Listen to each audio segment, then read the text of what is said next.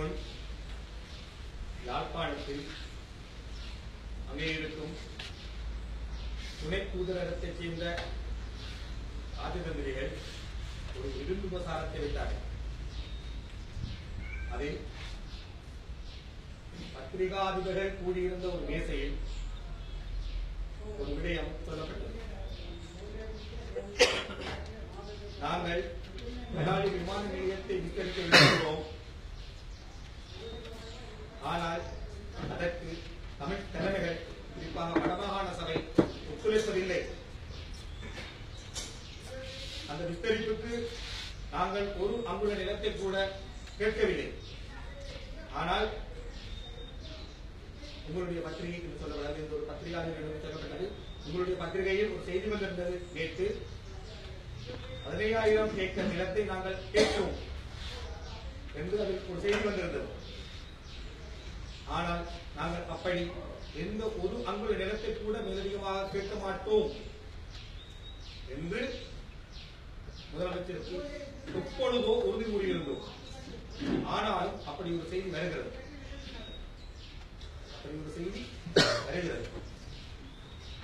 இப்படி சொன்ன பொழுது நான் அவரிடம் கேட்டேன்,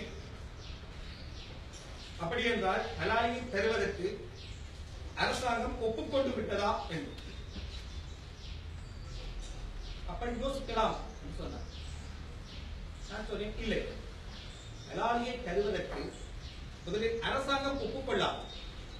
ஏனென்றால் பலாலி என்பது வடக்கின் ராணுவ கேந்திர இதயம். அது ராணுவ தேவைகளுக்காக ரகசியமாக கட்டமைக்கப்பட்டிருக்கும் ஒரு வான்வழி. அதை சிவிலியன் போக்குவரத்து வழியாக மாற்றினால் அந்த ராணுவ கேந்திரத்தின் ரகசியம் போய்விடும். எனவே அதற்கூடாக ஒரு சிவில் போக்குவரத்து நிகழ்வதற்கு அவர்கள் ஒருபோதும் ஒத்துக்கொள்ள மாட்டார்கள். இது முதலாவது. இரண்டாவது, நீங்கள் பலாலியை பொறுப்பேற்று அதை திறந்துவிடுவீர்களாக இருந்தால், பொதுப்பாவனைக்கு திறப்பீர்களாக இருந்தால், பலாலியும் மீனம்பாக்கமும் உடனடியாக இணைக்கப்பட்டுவிடும். பலாலியும் மீனம்பாக்கமும் உடனடியாக இணைக்கப்படுமாக இருந்தால், டயஸ்போராவில் இருந்து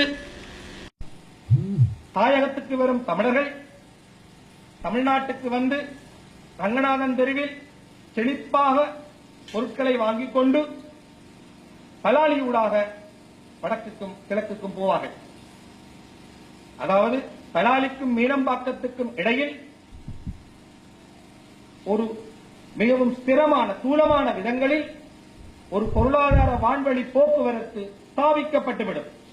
இது தமிழகத்துக்கும் ஈழத்தமிழ் மக்களுக்கும் இடையில் உடைக்கப்பட முடியாத ஒரு பொருளாதார வழியை திறக்கும். மீனம்பாக்கமும் பலாலியும் டயாஸ்போரா கேட்டாக மாறும். எனவே இதையும் அரசாங்கம் அனுமதிக்காது. அரசாங்கம் இதை தராது. ஆனால் மாகாண சபை தருவதில்லை என்று அவர்கள் சொல்லுகிறார்கள். இதை நீங்கள் நம்புகிறீர்களா என்று கேட்டேன். விக்னேஸ்வரன் சொன்னார் என்பதற்காக பலாலியை விடுகிறோம் என்று அவர்கள் சொல்கிறார்கள். சம்பந்தர் கேட்டார் என்பதற்காக சம்பூரை விட்டோம் என்று சொல்லுகிறார்கள். இல்லை, சம்பந்தர் எத்தனையை கேட்டிருக்கிறார்? விட்டு கொடுத்தார்களா? விக்னேஸ்வரன் ஒவ்வொரு நாளும் கேட்கிறார், விடுகிறார்களா? அது இந்த விக்னேஸ்வரன் கேட்க முன்னிக்க பலாலியை மட்டும் விடுகிறது இல்லை. அவர்கள் மிகவும் திட்டமிட்டு விக்னேஸ்வரனையும் புதுடில்லியையும் மோத விடுகிறார்கள். சம்பந்தரையும் புதுடில்லியையும் மோத விடுகிறார்கள். சம்பந்தர் கேட்டு முன்னுக்கெரியாவது கொடுத்திருந்தால் வேற கதை. சம்பூரை கேட்ட அவர்தான் திரைச்சில, நாங்கள் இல்லை என்றபடியால் நாங்கள் சம்பூரை விடுறோம் என்று சொன்னால், முதலாவது இந்தியாவை நம்புகிறதா என்று. இரண்டாவது, இப்பொழுதும் கூட, அதாவது ஒருவர் கொழும்போடு கூட இணங்கி நிற்கிறார், ஒருவர் கொழும்போடு அதிகம் இணங்காமல் நிற்கிறார். இணங்குகிறவர் இணங்காதவர் என்றெல்லாம் அவர்கள் பார்க்கவில்லை. தமிழ் தலைவர்களை புதுடில்லியோடு நெருங்கவிடக்கூடாது, மோதவிட வேண்டும் என்பதில் அவர்கள் தீர்மானகரமாக இருக்கிறார்கள். எப்படி இந்த பிரதமரின் மாமனார் பலாலி விமான நிலையத்தில் கைது செய்யப்பட்ட புலிகளின் தளபதிகளை இலங்கை படையிடம் கையளிக்க வேண்டாம் என்று சொல்லி அன்றைக்கு இருந்த களத்தளபதி இந்திய தளபதி கேட்டபொழுது இல்லை கையளிக்க வேண்டும் என்று முடிவெடுத்தாரோ அது தொடர்பாக பின்னர் தீட்சித் எழுதியிருக்கிறார். அந்த களத்தில் இருந்த தளபதி எழுதிய நூல் அண்மையில் வெளிவந்திருக்கிறது. ஈழத்தமிழர்களுக்கும் இந்தியாவுக்கும் இடையிலான அந்த முரணை உருவாக்கியது அந்த சம்பவம் தான் என்று அவர்கள் சொல்கிறார்கள். குறிப்பாக ஆயுத முதலுக்கு இட்டுச் சென்றது அந்த சம்பவம் தான் என்று அவர்கள் சொல்கிறார்கள். அதை அந்த களநிலை தளபதி ஏற்றுக்கொண்டு விட்டார். தீட்சித் ஏற்கனவே எழுதியும் விட்டார். அந்த சம்பவம் நடந்திருக்க கூடாது என்று அவர்கள் சொல்லுகிறார்கள். ஆனால் கடலில் கைது செய்யப்பட்டவர்களை இலங்கை அரசாங்கத்திடம் கையளிக்கும் அந்த நிகழ்ச்சியில் ஏவத்தனா மிகவும் தந்திரமாக காய்களை நகர்த்தினார். ஒரு யுத்தத்தை நோக்கி அவர் நிலைமைகளை இட்டுச் சென்றார். ரஜீவ விஜயசிங்க அந்நாட்களில் சண்டே டைம்ஸ் பத்திரிகையில் எழுதிய கட்டுரை போல நடுவரை விளையாட்டு அரங்கினுக்குள் ஒரு விளையாட்டு வீரராக அழைத்த நிகழ்ச்சி அதுதான். அன்றைக்கு மாமன் செய்தார், இன்றைக்கு மருமகன் செய்கிறார். நீங்கள் இணங்கி போறீங்களோ இல்லையோ அவர்கள் உங்களை உங்களுடைய நண்பர்களோடு நெருங்கி போக விடுகிறார்கள் இல்லை, அல்லது உங்களுக்கு யார் யார் தேவையோ அவர்களிடமிருந்து உங்களை பிரிக்கிறார்கள். இந்த ஒரு சந்தர்ப்பத்தில் மட்டும்தான் அவர்கள் தமிழ் தலைவர்களை அவ்வாறு வெளிச்சக்திகளிடமிருந்து பிரிக்கிறார்கள் என்பதல்ல. ஐநாவிலும் அவர்கள் அதைத்தான் செய்கிறார்கள். 2009ஆம் ஆண்டு எல்லா அனைத்துலக தரப்புகளையும் திரட்டி நந்தி கடற்கரையில் ஆயுத போராட்டத்துக்கு எதிராக கொண்டு வந்து நிறுத்தினார்கள். பிராந்தியத்தில் எதிரடியாக நிற்கின்ற சீனாவையும் இந்தியாவையும் கூட, சீனாவையும் மேற்கு நாடுகளையும் கூட ஒரே கோட்டில் தமிழ் மக்களுக்கு எதிராக நிறுத்தினார்கள். ஒரு இனப்படுகொலை மூலம் ஆயுத போராட்டத்தை முடிவுக்கு கொண்டு வந்தார்கள். அதன்பின் ஆட்சி மாற்றத்தை செய்து அதே மேற்கு நாடுகளின் உதவியோடு போர்க்குற்றத்தில் இருந்து தமது அரசை காப்பாற்றிக் கொள்ள பார்க்கிறார்கள். எந்த மேற்கு நாடுகளையும் இந்தியாவையும் துணைக்கு வைத்துக் கொண்டு நம்பிக்கடற்கரையில் போரை செய்தார்களோ அதே நாடுகளை துணையாக வைத்துக் கொண்டு இப்பொழுது போர்க்குற்ற விசாரணையில் இருந்து சிங்கள பௌத்த அரசை பாதுகாக்கிறார்கள்.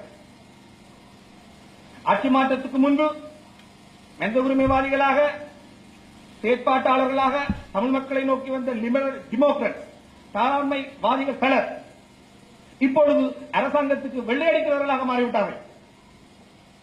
ஆட்சி மாற்றத்துக்கு முன்பு தேடி தேடி வந்து மனித உரிமை புள்ளி விவரங்களை திரட்டிய பலர் இப்பொழுது ஜெனீவாவில் நிலைமாறுகால நீதியில் குற்ற விசாரணை என்ற பகுதியை விட்டுவிட்டு கிடைக்கலாம் என்று சொல்ல வருகிறார்கள்.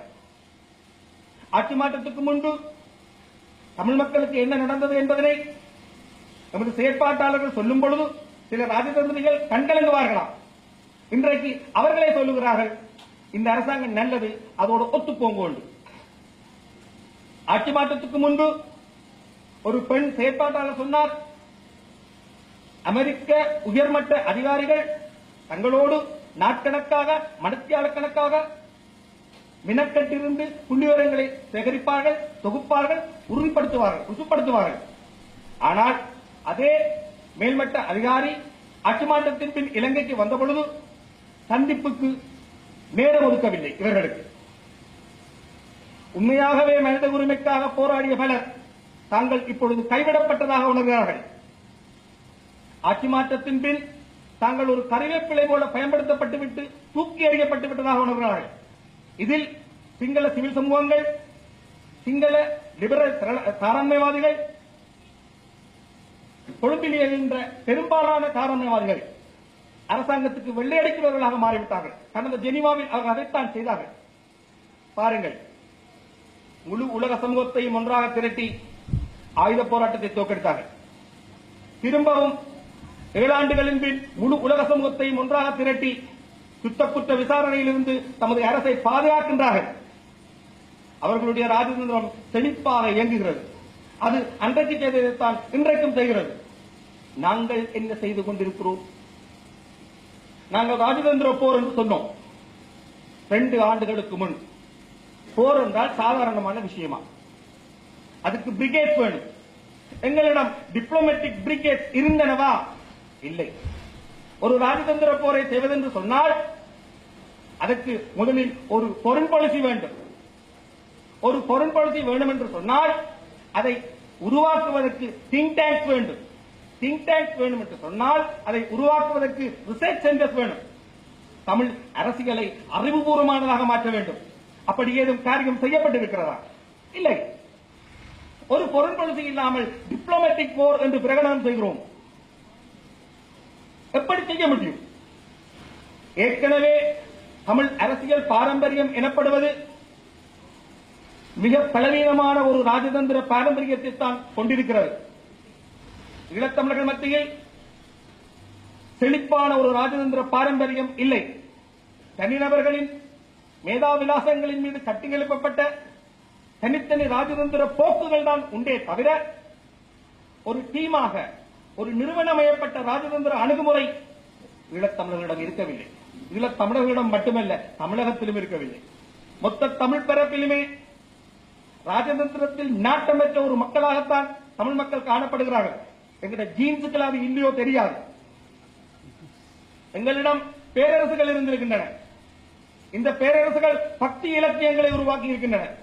ஆனால் இந்த பேரரசுகள் ஏனைய அரசுகளோடு வைத்துக் கொண்டிருக்கக்கூடிய உறவுகளை பற்றி ரிட்டன் டாக்குமெண்ட் ஒன்றும் கிடையாது. பேரரசுகளின் நிதி அனுசரணையோடு தேவார திருவாசகங்களை தொகுத்திருக்கிறார்கள், ஆவணப்படுத்தி இருக்கிறார்கள். பெரிய பெரிய கோபுரங்களை கட்டியிருக்கிறார்கள்.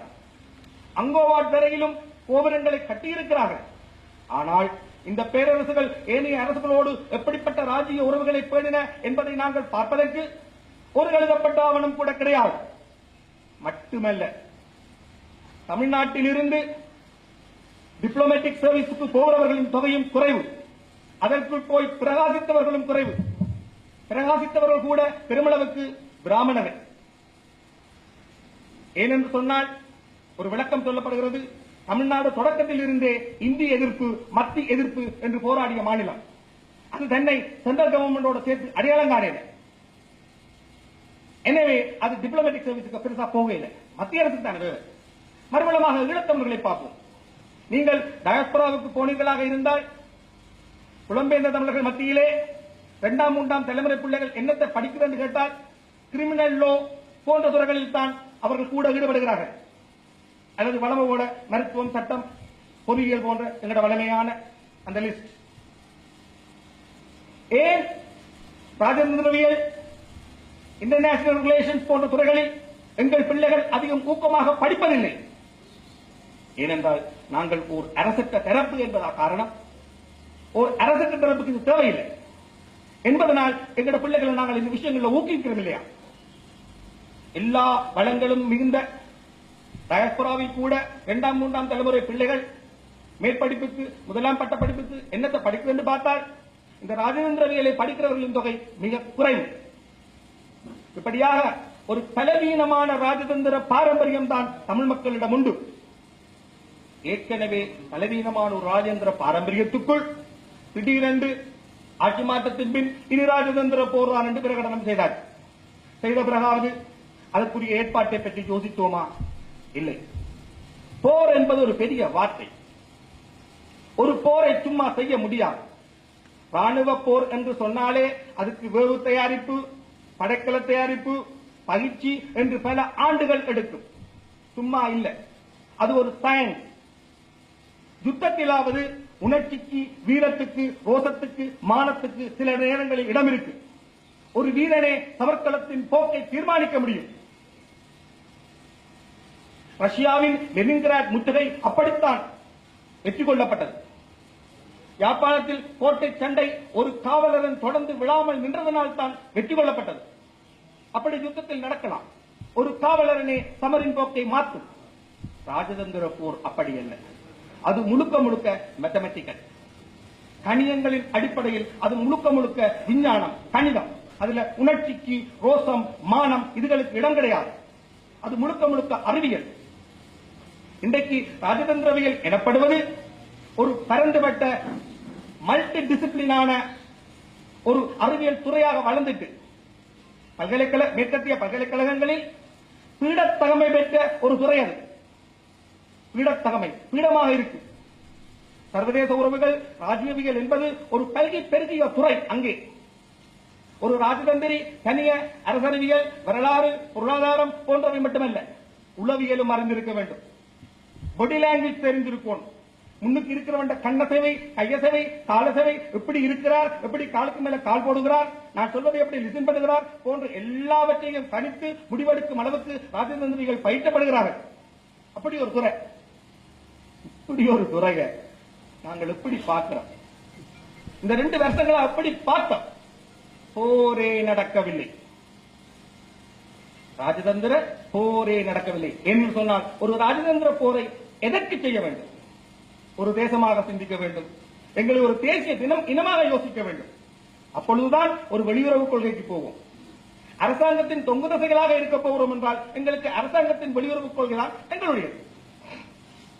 நாங்கள் எங்களை ஒரு தனித்தரப்பாக யோசிக்கும் பொழுதுதான் எங்களுக்கு வெளியுறவு கொள்கை தேவை. ஒரு தனித்தரப்பாக எங்களை யோசிக்கும் பொழுதுதான் அதுக்கேற்ப ஆராய்ச்சி மையங்கள், திங்க் டேங்க் எல்லாமே தேவை. அப்படி நாங்கள் யோசிக்கவில்லை. பிறகு இந்த ராஜதந்திர போரின் இறுதியில் 2 ஆண்டுகளில் எங்கே நிற்கிறோம்?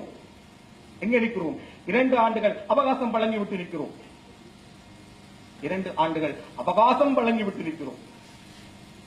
2009க்கு பின்னரான தமிழ் மிதவாத அரசியல் என்பது ஒரு ராஜதந்திர போரை நடத்துவதற்குரிய கெப்பாசிட்டியோடு இருக்குதா என்ற கேள்வி இங்க முக்கியம். 2009க்கு பிந்தைய தமிழ் மிதவாத அரசியல் என்பது இதுக்கு முன்னிருந்த எந்த ஒரு தலைமையும் எதிர்கொள்ளாத சவால்களை சமாளிக்க வேண்டிய ஒரு காலகட்டம். தமிழ் மிதவாத அரசியலில் ஒரு துலக்கமாக 3 கட்டங்கள் உண்டு. 1 ஆயுத போராட்டத்துக்கு முந்தைய கட்டம், 2 ஆயுத போராட்ட காலகட்டம், 3 ஆயுத போராட்டத்துக்கு பிந்தைய காலகட்டம். ஆயுத போராட்டத்துக்கு முந்தைய காலகட்டத்தில் அது சத்தியாகிரகம் செய்தது. சத்தியாகிரகம் தொடர்பிலேயே விமர்சனங்கள் உண்டு. காந்தி சத்தியாகிரகத்தை ஒரு வாழ்க்கை முறையாக கொண்டிருந்தார். எமது சத்தியாகிரகிகள் சத்தியாகிரகத்தை ஒரு உத்தியாக கையாண்டார்கள். அதில் பங்கு பெற்றிய அரசையா ஒருமுறை என்னிடம் சொன்னார், அந்த சத்தியாகிரக போராட்டத்தில் விழுந்து கிடக்கும் ஒரு சத்தியாகிரகிக்கு நேர பயனத்தை காட்டிக் கொண்டிருக்கிற ஒரு கல்தான் போட்ட போலீஸ்கார் படம் பெருமை, அந்த படத்தில் இருக்கும் அரசையா. அவர் சொன்னார், நாங்கள் முழுவளவுக்கு தியாக சிந்தையோடு அதை முன்னெடுக்கவில்லை. ஒரு கட்டத்தில் எப்படி இதை முடித்து வைக்கலாம் என்று யோசித்தோம். எப்படி அவனை தூண்டி உணர்ச்சி வசப்பட செய்து அடித்து முறிச்சு இதை முடிக்கலாம் என்று யோசித்தோம். அதாவது சத்தியாகிரகம் எங்கள் மிதவாதிகளிடம் ஒரு வாழ்க்கை முறையாக இருக்கவில்லை. ஆனாலும் சத்தியாகிரகத்தில் நாங்கள் ரத்தம் சிந்தினோம். கீழ்மட்ட தொண்டர்கள் உண்மையாகவே சத்தியாகிரகத்தை நம்பி போய் கச்சேரிக்கு முன்னுக்கும் காலிமுகத்துடனும் இருந்தார்கள், அடிவாங்கினார்கள்.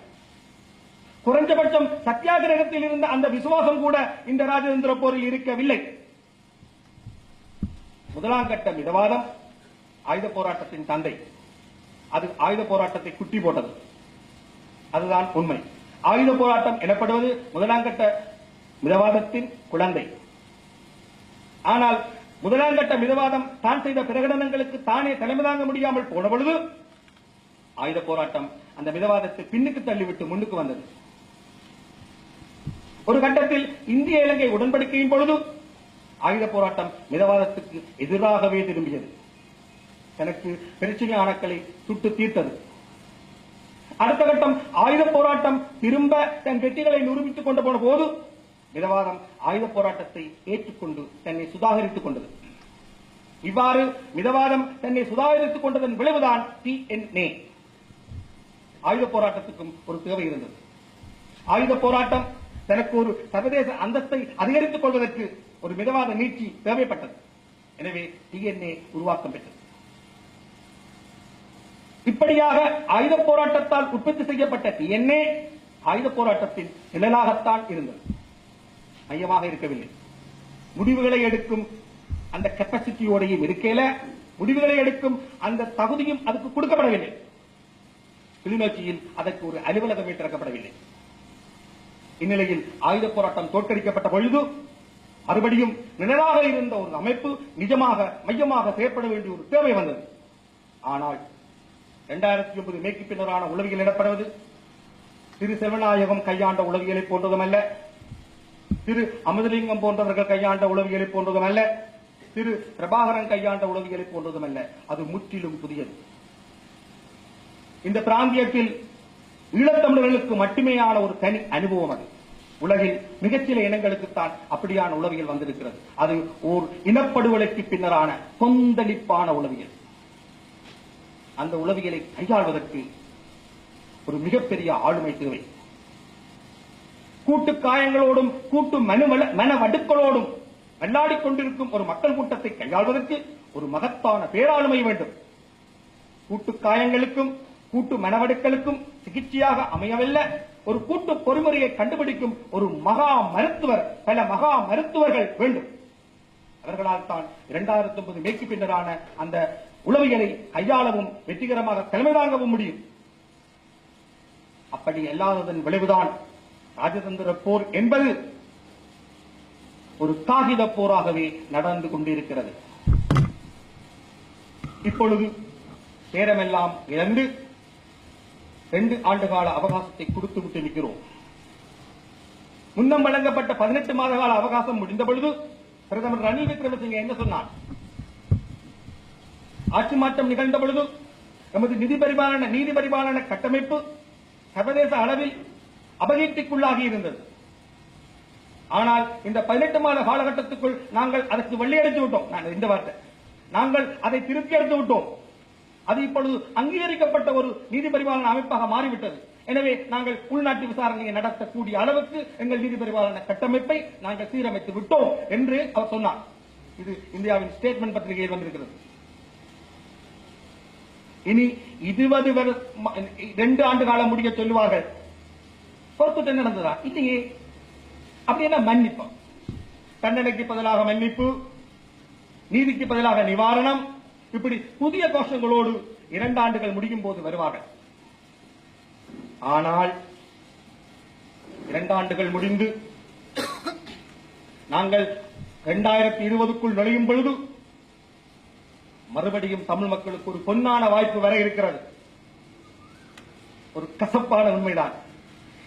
மறுபடியும் சிங்கள இனவாதத்துக்கு தலைமை தாங்கிக் கொண்டு ராஜபக்ஷ அணி தேர்தலில் இறங்கும். இம்முறை கோத்தபாய இறங்கக்கூடிய நிலைமை காணப்படுகிறது. கோத்தபாய இறங்குவாராக இருந்தால் மறுபடியும் ராணுவ வெற்றிவாதத்துக்கு அவர் தலைமை தாங்குவார்.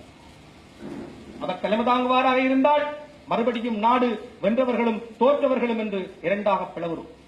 சிங்கள மக்கள் மத்தியில் இருக்கக்கூடிய கடும்போக்காளர்கள் அனைவரும் அவர் பக்கமே போவர். புளோட்டிங் ஓட்ஸ்லையும் சரணப்படக்கூடியதெல்லாம் அங்காளியே போயிடும். போனால் தேர்தலில் மைத்திரி ரணில் அணி வெற்றியை தீர்மானிக்கப் போவது ஒரு கொஞ்சம் யூஎன்பி ஓட், அதுவும் மாடரேட் ஓட்ஸ். தீவிரவாதமான ஆக்கள் முழுக்க கொத்தபாயோட போயிடுவாங்க. மாடரேட் ஓட்ஸ், தமிழ் ஓட்ஸ், முஸ்லிம் ஓட், மலையக ஓட், இவ்வளவும் தான் இந்த நல்லாட்சி என்று சொல்லப்படுகிற இந்த அரசாங்கத்தின் வெற்றியை தீர்மானிக்கப் போகிறது. அப்பொழுது மறுபடியும் ராஜபக்ச அணி வரக்கூடாது என்பதற்காக முழு உலகமும் தமிழ் மக்களின் காலடியில் வந்து விழும். திருப்பவும் எங்களுக்கு பாகேன் அதிகரிக்கும். சும்மா இல்லை. இந்தியாவும் உட்பட அனைத்து தரப்பும் தமிழ் மக்களிடம் கையேந்தும் ஒரு காலம் வருகிறது 2 ஆண்டுகளில். ஏனென்றால் நாங்கள் எடுக்கும் முடிவுதான் இந்த பிராந்தியத்தின் தலைவிதியையும் தீர்மானிக்கும். நாங்கள் எடுக்கும் முடிவு ஏற்கனவே எங்களுக்கு அப்படி முடிவெடுக்கக்கூடிய சந்தர்ப்பம் கிடைத்தது. பலஸ்தீனர்கள் பற்றி ஒரு யூத ராஜதந்திரி சொன்னது போல சந்தர்ப்பத்தை எப்படி தவறவிடுவது என்பதனை தவறவிடாமல் செய்கிறவர்கள். சந்தர்ப்பத்தை எப்படி தவறவிடுவது என்பதை தவறவிடாமல் செய்கிறவர்கள். அப்படித்தான் செய்வோம், அப்படித்தான் செய்திருக்கிறோம். அதுதான் பேரம் இறங்கிக் கொண்டே போகுது. ஒரு மனித உரிமைவாதி கதைக்கும் பொழுது கண்ணீர் விட்ட ராஜதந்திரி இன்றைக்கு பரவாயில்லை, நல்ல அரசாங்கம் வந்திருக்கு, நீங்க அவளோட செல்வோம் என்று சொல்ற நிலைமை வந்திருக்கே. பேரவன் நடிக்கு 2020க்கு பின் மறுபடியும் எங்களுடைய பேரம் அதிகரிக்கப் போகிறது. சிகரமான கசப்பான உண்மை சிங்கள இனவாதம் தான் திரும்பவும் எங்களை பலப்படுத்த போகிறது. அந்த இனவாதத்துக்கு வெற்றி வீரர்களான ராஜபக்ச குடும்பத்தில் இருக்கும் கோத்தபாய தலைமை தாங்கும் போது அது புதுமுகத்தை பெறும். அது புது துடிப்போட திரும்பி மேல எழும். அந்நாளில் திரும்பியும் தமிழர்களை அரவணைப்பதனால் தான் சக்திமிக்க நாடுகள் தங்கள் வியூகங்களை வெற்றி நோக்கி நகர்த்தலாம். அதற்கு நாம் இப்பொழுதே தயாராக வேண்டும். இப்பொழுதும் தயாராகவில்லை என்று சொன்னால் சக்திமிக்க நாடுகள் எங்களை ஆணுரை போல பயன்படுத்திவிட்டு இச்சை தீண்டவின் தூக்கி எறிந்து விடுவார். இந்திய இலங்கை உடன்படிக்கை போலவும் ஜெனீவா தீர்மானங்களைப் போலவும் நாங்கள் திரும்ப திரும்ப இப்படி சக்திமிக்க நாடுகளின் இச்சையை தீர்க்கும் ஆணுரைகளாக இருக்க போகிறோமா? தீர்மானி. அதற்கு இப்பொழுதிருந்தே அரசியலை நாங்கள் அறிவியல்மயப்படுத்த தொடங்குவோம். இந்த கூட்டத்தில் யார் இருந்திருக்க வேண்டுமோ முடிவெடுக்கும் தகமையுடையவர்கள் ஒருவரையும் காணவில்லை. ஒரு சித்தார்த்தன் இருக்கிறார், அவர் தன் கட்சி பற்றி தான் முடிவெடுப்பார். சுரேஷ் தன் கட்சி பற்றி முடிவெடுப்பார். ஆனா கூட்டமைப்பின் முடிவை சித்தார்த்தன் எடுப்பார் என தெரியாது. முடிவெடுக்கும் தகமையுடையவர்கள் இங்கே இல்லை. அவர்கள் இதை கேட்க வேண்டும் என்று நினைக்கல. எல்லாத்தையும் போன முறை சிவகரன் கூப்பிட்டு வச்சு நாசி போட்டு விட்டது, இந்த முறை போய் வேண்டாம் என்று தவிர்த்திருக்கலாம். ஆனால் போன முறை அவர்கள் வந்த பொழுது அது ஒரு நல்ல ஜனநாயக பண்பு என்று சந்தோஷப்பட்டோம். இப்பொழுது அந்த ஜனநாயக பண்பும் இல்லை என்றாயிற்று. நாங்கள் அதை எதிர்கொள்ள தயாரில்லை. கேள்விகளுக்கு பதில் சொல்ல தயாரில்லை. அப்படி என்றால் பிறகு எப்படி அப்பா அரசியலை அறிவியல் படுத்துவது, அறிவியல் மயப்படுத்துவது? முடியாது. 2016 ஆண்டு கனடாவுக்கு நவிப்பிள்ளை அம்மையார் வந்த பொழுது நடந்த ஒரு கூட்டத்தில் அவர் சொன்னார், Tamils have failed to intellectualize their politics. அந்த கூட்டத்துக்கு தலைமை தாங்கிய பெண் சொன்னார், இதைத்தான் இந்த மெனசி 2006 ஆண்டு சொன்னது. 2006 ஆண்டு சொன்னதையே அவர் 2016 ஆண்டும் சொல்லி இருக்கிறார். திரும்பியும் 2020 ஆண்டு சொல்ல ஒரு நிலைக்கு நாங்கள் விட்டுக் கொடுக்க கூடாது. இப்பொழுதிருந்தே நாங்கள் மற்றவர்களை குறைகூறிக் கொண்டிருந்தோண்டுமாக போவதில்லை. நாங்கள் எங்களை பலப்படுத்துவோம். 2009 பின்னரான விவாதத்தை பார்த்தீர்களானால் கூட்டமைப்பின் போதாமைகளை உணர்ந்து கொள்கை முரண்பாடு கொண்டு TNPF உருவாகியது. TNPF வெற்றி பெற முடியவில்லை என்ற ஒரு நிலையில் அதற்கு சப்போர்ட்டிவாக தமிழ் சிவில் சமூக அமையம் உருவாகியது. கட்சிக்குள்ள போகாமல் அந்த கருத்துருவத்தை ஆதரிக்கும் புதியீவிகள் கருத்துருவாக்கிகள் இணைந்து உருவாக்கியது அந்த தமிழ் சிவில் சமூக அமையம். ஒரு கட்டத்தில் TNPF போவதில்லை, சிவில் சமூகமும் நகர்வதில்லை என்ற ஒரு நிலையில் ரெண்டையும் சேர்த்து தமிழ் மக்கள் பேரவை வந்தது. தமிழ் மக்கள் பேரவை ஒரு நல்ல தொடக்கம். அரசியலுக்கு போக மாட்டது என்று சொல்லி முதலமைச்சர் திரும்ப திரும்ப சொல்ற. சரி, அப்படி ஒரு போரம் வேணும். திரு ஜோதிலிங்கம் சொன்னது போல ஒரு தமிழ் தேசிய அரசியல் இயக்கம் வேணும் என்று வரைக்க தமிழ் மக்கள் பேரவை போன்ற அரசியலில் ஈடுபடாத, அரசியல் மிதிகங்களாக இல்லாத கருத்துருவாக்கிகள் புத்திஜீவிகள் ஓர் அமைப்பாக இருப்பது தமிழ் ஜனநாயகத்துக்கு பெரிய கவசம். வேண்டும், வரட்டும். ஆனால் இப்பொழுது தமிழ் மக்கள் பேரவையின் போதாமைகளும் உணரப்படுகின்றன. அன்னையில் வழங்கிய சர்ச்சைக்குரிய பேட்டியில் ஒரு இடத்தில் முதலமைச்சர் சொல்லுகிறார், இனப்படுகொலை தீர்மானத்தை கொண்டு வருவது மட்டும்தான் எங்களுடைய வேலையை தவிர வழக்கு தொடுப்பதல்ல. அதுதான் உண்மை. மாகாண சபையின் கெப்பாசிட்டியும் அவ்வளவுதான். ஒரு கொள்கை தீர்மானத்தை அவர் எடுக்கிறார். முதலமைச்சரும் அதைத்தான் செய்கிறார். ஒரு கொள்கை தீர்மானத்தை எடுக்கிறார். அந்த கொள்கை தீர்மானத்தை வருகின்ற வெளிநாட்டவர்களிடம் சொல்லுகிறார், மேடைகளிலும் சொல்லுகிறார், வெளிநாட்டுக்கு போய் சொல்லுகிறார். ஆனால் கொள்கை தீர்மானத்துக்கு அப்பாலும் போக வேண்டிய ஒரு கட்டத்துக்கு நாங்கள் நிற்கிறோம். நாங்கள் இலக்க கொடுத்த மக்கள் ஒரு இனப்படுகொலைக்கு பின்னரான காலம். வெறும் கொள்கை தீர்மானங்கள் போதாது. கொள்கை தீர்மானம் எல்லாம் எப்பொழுதோ எடுத்தாச்சு. பட்டுக்கோட்டை தீர்மானத்துக்கு பிறகு வந்து கொள்கை தீர்மானம் கிடைக்கலுமா? இல்ல. கொள்கை தீர்மானங்கள் மட்டும் எங்களுக்கு போதாது. அதற்கு அப்பால் நகர வேண்டும். அதுக்குரிய ஒரு பொறிமுறை வேண்டும். அதை அறிவுபூர்வமாக சிந்திக்க வேண்டும், அறிவுபூர்வமாக திட்டமிட வேண்டும். எமது உயர்கல்வி நிறுவனங்கள் அவ்வாறான அறிவியல் விவாதங்களை நடத்த தவறிவிட்டன. துயரம். ஒரு ரோகான் புரட்னா வந்துதான் யுத்தத்தில் எப்படி இவர்கள் தோற்றார்கள் என்பதை ஆராய வேண்டிய ஒரு நிலைக்கு நாங்கள் இருக்கிறோமா? எங்களில் ஒருவரும் ஆராய மாட்டார்களா? அப்படி ஆராய்வதற்கு எங்களிடம் மேதைகள் கிடையாதா? கிடையாதா? ஏன் இப்படி இருக்கிறோம்? எனக்கு தெரிந்து கடந்த 8 ஆண்டுகளில் யாழ்ப்பாணம் 1000 லட்சத்துக்கு சொந்தமான அந்த மரக்கல்வி நிலையம் அது ஆட்சியம் வந்து பெரியது. மரக்கல்வி நிலையத்தில் நிகழ்த்தப்பட்ட உரையாடல்கள், சந்திப்புகள் மகத்தானது. அந்த அளவுக்கு நமது உயர்கல்வி நிலையங்களில் சந்திப்புகள் நடக்கவில்லை. நமது உயர்கல்வி நிலையங்களில் போதாமையை உணர்த்துவதற்கு அது ஒரு சிறந்த உதாரணம். ஒரு மத நிறுவனத்துக்கு சொந்தமான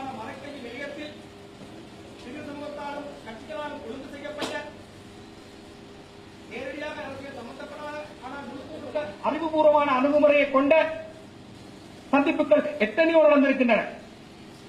ஆனால் உயர்கல்வி நிலையங்களில் அப்படி நடக்கவில்லை. நடந்தாலும் குறைவு. வரலாற்றின் பிறகு காலகட்டத்தில் அந்த மறைக்கல்வி நிலைய சந்திப்புகளுக்கு என்று பொன்னெழுத்துக்களால் குறிப்பிடப்படும். கொஞ்சமாவது அறிவுபூர்வமாக நாங்கள் அரசியலை சிந்தித்த இடம் அது. இனியாவது சிந்திப்போம். எங்களுக்கு இப்பொழுது தேவை பாரம்பரிய மிதவாதமோ தொழிற்சார் மிதவாதமோ அல்ல. ஒரு இனப்படுகொலைக்கு பின்னரான உளவிகளை கையாளுவதற்கு எங்களுக்கு தேவையாக இருப்பது முற்றிலும் புதிய ஒரு புரட்சிகரமான மிதவாதம். அது எப்படி இருக்கணும் என்று நான் இங்கே சீக்கிரம் சொல்ல வரையில. ஏனென்றால் உலகம் முழுவதிலுமே அறவழி போராட்டங்கள் திக்கு திசை தெரியாமல் தேங்கி நிற்கும் ஒரு காலகட்டத்தில் நாங்கள் நிற்கிறோம். உலகம் முழுவதையும் டோட்டலா பார்த்து விளங்குறதுக்கு மேதைகள் தேவைப்படுகிறார்கள். கால்மார்க்ஸை போல, ஐன்ஸ்டீனை போல. உலகம் அப்படி ஒரு முட்டுச்சந்தையில் வந்து நிற்கிறது. வால் ஸ்ட்ரீட்டை முடக்கும் அந்த போராட்டம் ஏன் தோற்றது? காஷ்மீரிலும் பலஸ்தீனத்திலும் இந்திபாடா எப்படி முடக்கப்பட்டது? ஜல்லிக்கட்டு போராட்டத்துக்கு என்ன நடந்தது? உலகம் முழுவதிலுமே இந்த அறவழி போராட்டங்கள் ஏன் ஒரு கட்டத்தோடு முட்டி நிற்குது? போன கிழமை சீனாவில் ஒரு பௌத்த துறவி தீக்குளித்தார். 128வது தீக்குளிப்பு 2009 இருந்து மொத்தம் 145 பேர் தீக்குளித்திருக்கிறார்கள். 128 பேர் செத்திருக்கிறார்கள். அவர்கள் தீக்குளித்தே இந்த உலகம் அவர்களை திரும்பி பார்க்கவில்லை. முத்துக்குமார் தீக்குளித்தார், செங்கடு தீக்குளித்தார், ஐநாவில் ஒரு ஈழத்தமிழர் தீக்குளித்தார். உலகம் திரும்பி பார்க்கவில்லை. டெல்லியிலே சில நாட்களுக்கு முன்வரை விவசாயிகள் மீசையை வலித்து தலையை மொட்டை அடித்து தலைகீழா நின்று என்னவெல்லாமோ செய்தார்கள். சாரி கட்டி அவர்களை கடைசியா சர்க்கஸ் பார்க்கிற மாதிரி டெல்லி பார்த்தது. வினோத உடை போட்டி பார்த்த மாதிரி. அறவழி போராட்டங்கள் தொடர்பில் நாங்கள் புதிதாக சிந்திக்க வேண்டிய ஒரு காலகட்டத்தில் இருக்கிறோம். இது தொடர்பாக எமது அறிஞர்கள் கூடி கலந்தாலோசிக்க வேண்டும். ஆயுத போராட்டத்தில் முழு உலகுக்கும் ஒரு நூதனமான அனுபவமாக ஈழத்தமிழர்கள் அமைந்தார்கள், நல்லதும் கெட்டதுமாக. அப்படியே அறவழி போராட்டத்திலும் நாங்கள் இந்த பிராந்தியத்தின் நொதியங்களாக மாற வேண்டும். அப்படி மாறத்தக்க ஒரு இனப்படுகொலை அனுபவத்தோடு நாங்கள் இருக்கிறோம். நாங்கள் யோசிக்க வேண்டும். நாங்கள் யோசித்து ஒரு புதிய அறப்போராட்ட வழியை கண்டுபிடிக்க வேண்டும். இப்பொழுது தமிழ் மக்கள் பேரவையின் போதாமையை உணர்கிறோம் என்றால் வெளிப்படையான உண்மை, ஒரு புதிய கூட்டு தேவைப்படுகிறது. எல்லா கட்சிகளும் உடைந்து ஒரு புதிய அணிக்கு போகணும். தேவை தவிர்க்கலாம். ஆனால் அடுத்த கட்டம் வருது. தேர்தல் கேட்டாச்சு, வெண்டாச்சு.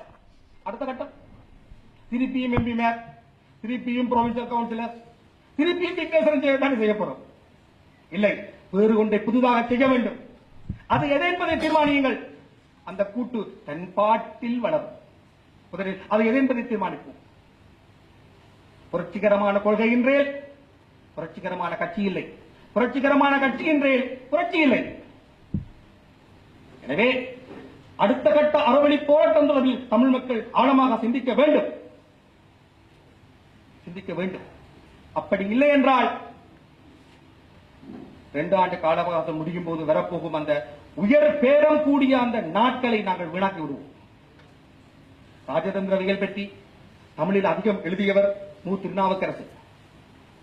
அவர் சரத் பொன்சகாவை தமிழர்கள் ஆதரித்த 2010ஆம் ஆண்டு தேர்தலில் இரபாலசிங்கம் என்ற பெயரில் கொங்கு தமிழ் இணையதளத்தில் ஒரு கட்டுரை எழுதினார். தமிழ் மக்கள் ஒரு தமிழ் வேட்பாளரை நிறுத்த வேண்டும். அப்படி நிறுத்தினால் சிங்கள மக்களில் ஒரு கட்சிக்குமே 51% கிடைக்காது. எனவே 2வது கணக்கெடுப்புக்கு போக வேண்டி வரும். அப்பொழுது தமிழ் மக்கள் 2வதாக யாரை விருப்ப தெரிவாக வாக்களித்தார்களோ அந்த சிங்கள வேட்பாளர் தான் வெல்ல வேண்டிய நிலை வரும். அந்த சிங்கள வேட்பாளரோடு தமிழ் மக்கள் ஒரு பேரத்தை போடணும். போட்டு எங்களுக்கு இது இதத்தா என்று பேரத்தை பேசி போட்டு 2வது விருப்ப தெரிவா அவருக்கு வாக்களியுங்கள் என்று தமிழ் மக்கள் கேட்கணும் என்று அவர் கட்டுரை எழுதினார். அப்படி நடக்கல. பிறகு 2015 ஆட்சி மாற்றத்தின் போது அவர் அதே கட்டுரையை சிறு திருத்தங்களோடு அதே பெயரில் தனபாலசிங்கம் என்ற பெயரில் அதே இணையதளத்தில் எழுதினார்.